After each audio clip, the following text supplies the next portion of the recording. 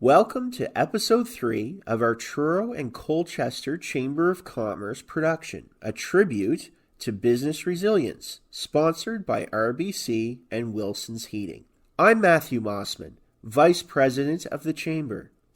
COVID-19 has thrown so many curveballs at business throughout the recent months, and if anything, it has taught business to not be afraid of change and shift their mindset of their business plan, reinventing themselves.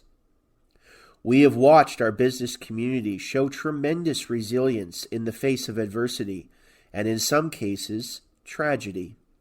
Today, we are featuring business who have valiantly grown their customer base or expanded locations while adapting to life during COVID-19. First, we would like to showcase a major renovation at one of our landmark tourism attractions. The spring season at Mastodon Ridge was a very busy one. This year, they completed a major facelift of the property, inside and out, which included a custom-made 18-hole mini-golf course, construction of a large play structure including a swinging bridge. New gardens, walkways, and other landscaping pieces were completed, and signage and interpretation upgraded in the park. The Visitor Information Center on location received a major renovation, and a retail space was redeveloped where next year they expect to offer a variety of locally sourced products, gift ideas, and souvenirs. In the lower level of the main building, Coldstream Distillery expanded their space, and they are very excited for next season.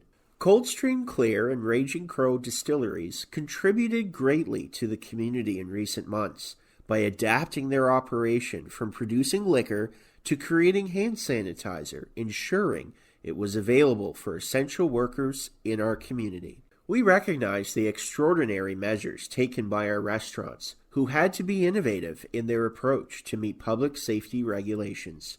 Our community saw more patios and outdoor spaces this summer, welcoming patrons with safety front of mind.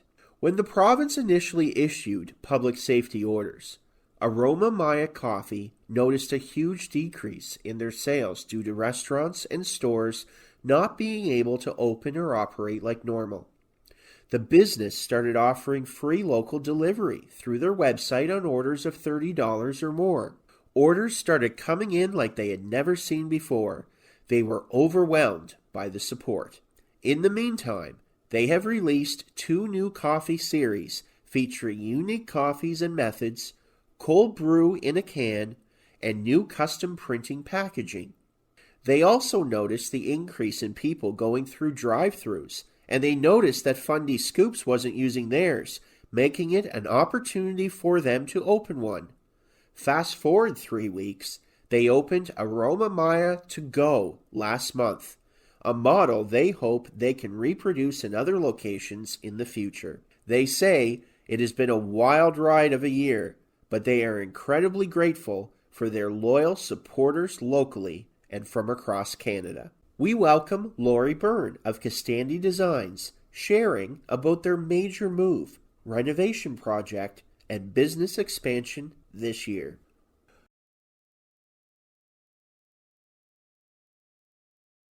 Well, Costandi Design started about 42 years ago, and it was Monica Costandi who started the business, and she started with sewing. She did a lot of custom sewing, and that's how Costandi Designs started originally, and then it's gradually over time morphed into a full design studio. It's interesting in the design business how COVID affected us, because our clients were home, and so all of a sudden home became a lot more important than it had been in the past. People really took note of their surroundings at home because we had to stay home.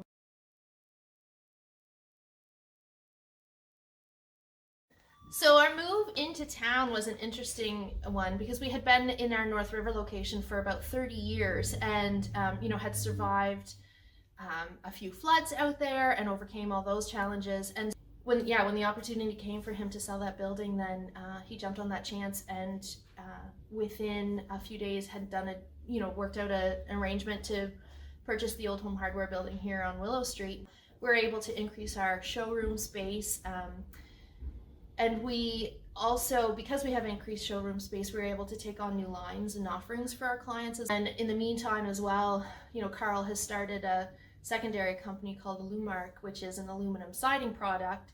And so he's been, in the midst of trying to get this new location up and running, he was also building that business as well under the MC Enterprises umbrella, the Costandi design umbrella as well. This is his baby to some degree, and he's, also building this other business, which is really exciting to see, that, take off for him as well.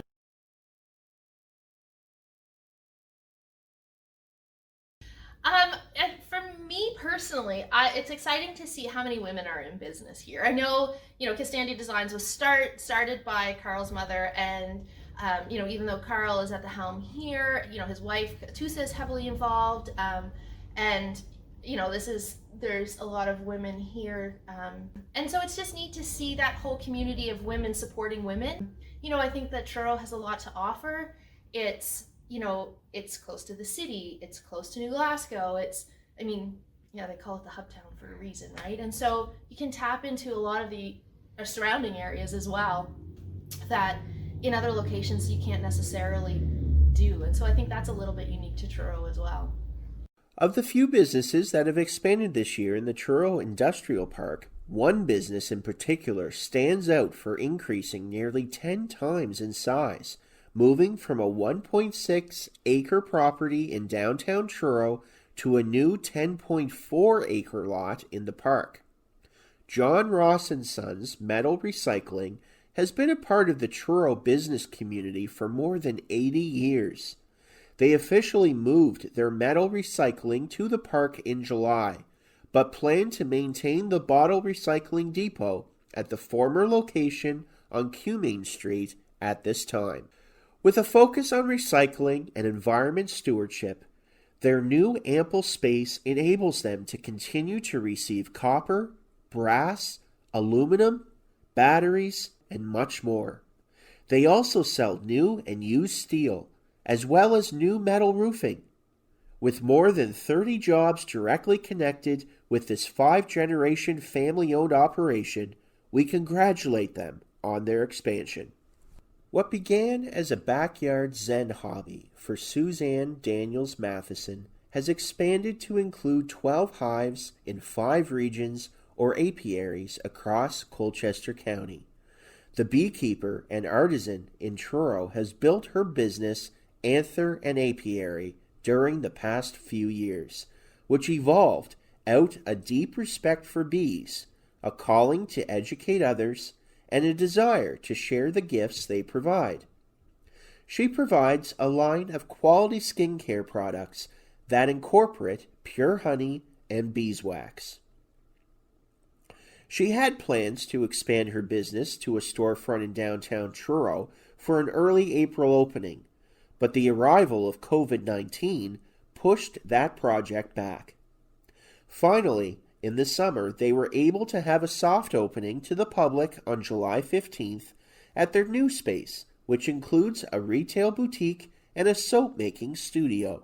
Like many businesses in this region, one of Truro's most loved locations, NovelTea Cafe and Bookstore, faced many challenges under the pressure of COVID-19 on customer shopping habits and operational guidelines.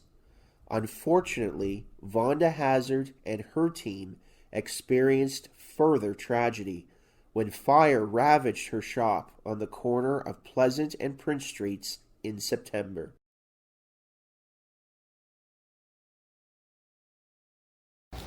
So when we were first shut down, that's when we really switched to we knew people were home and looking for baked goods and that kind of stuff.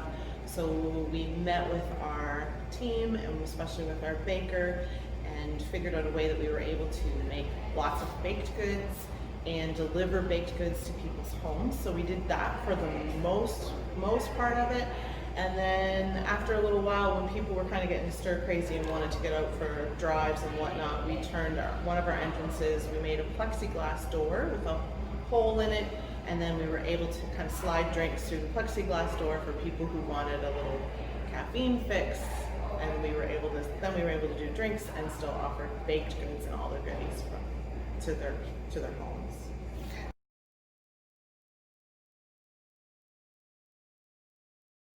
I think as a whole, it was just our entire way of doing business has always been, we're a gathering spot, we're a place for community to come together, and so suddenly that was gone. We weren't allowed to gather, we weren't allowed to have those community experiences.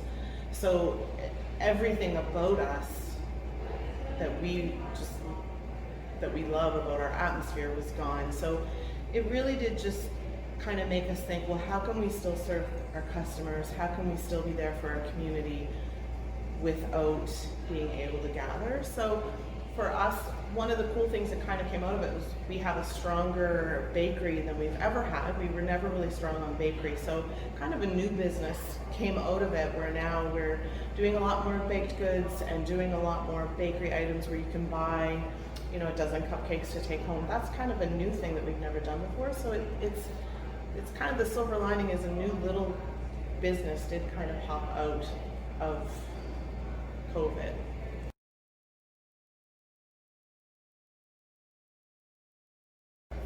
So the night of the fire was terrible. It was actually one of our old staff who messaged me. I was in bed, and she messaged me and said, "Do you know NovelTea's on fire?" I'm like, "Oh my gosh, no." And so then she sent me a few pictures, and so my husband quickly, he was still awake, so he just ran to the car and drove to the store. And then by the time he got there, he told me, "Don't come. You don't want to see this. Just stay home." So I watched most of it like most of the town did, via social media, seeing videos that people were posting. It was quite devastating, and just crazy to watch how quickly that happened, to just kind of watch that roll out. And then, so my husband got home around 3:30 in the morning, fell asleep, and we woke up in the morning to a phone call from a fellow business owner who was crying and saying how bad he felt and how devastated he was, and just giving us his love and condolences. And that never stopped. And my husband and I both said, we never cried once over the loss of the business. We cried with other people who were giving us so much love and support. And it was just overwhelming to feel the support of the community, and to feel just that we grieve together as a community, and that I just don't know if I ever would have heard some of the stories that we heard, because people were contacting us to tell us what NovelTea meant to them. And it was so beautiful, and we're just so thankful that we got to hear those stories, and just, we were just overwhelmed. As much as we grieved, we were just so floored by the love and support that we got, that it overshadowed the grief a million times.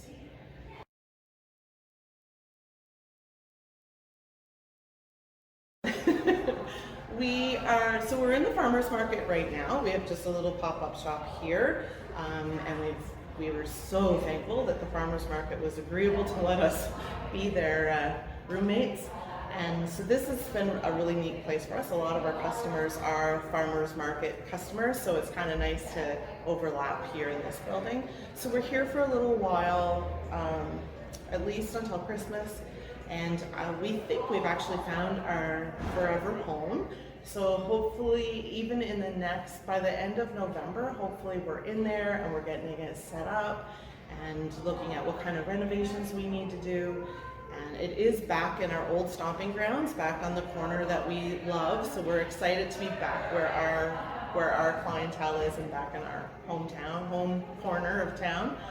And so we'll be there, and hopefully we can expand a little, continue with some of the fun things we've been doing with the bakery, and be able to offer even more spaces for people to sit and gather in groups and be able to kind of spread out a little more and do more gathering spots.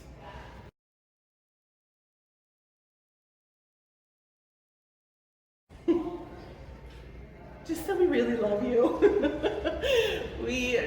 Oh my gosh, like I said, the love and support that we felt has been overwhelming, and we so appreciate it, from people who sent emails to people who were here the first day we were open and just sent encouraging words, to tears that people have when they come in and they're ordering and they're just so thankful that we're still here, and people who gave in GoFundMe things, and a ton of little businesses who popped up and offered support and help. And it's just, we love Truro. It couldn't be a more supportive, beautiful community.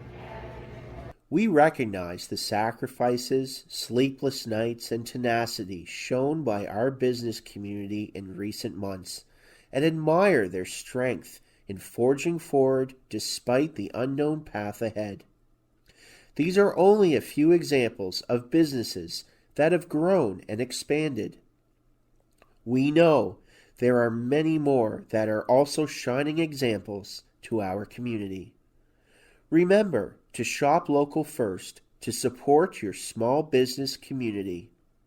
Join us on November 13th for the fourth and final episode in our series, where we will feature business leadership in our community.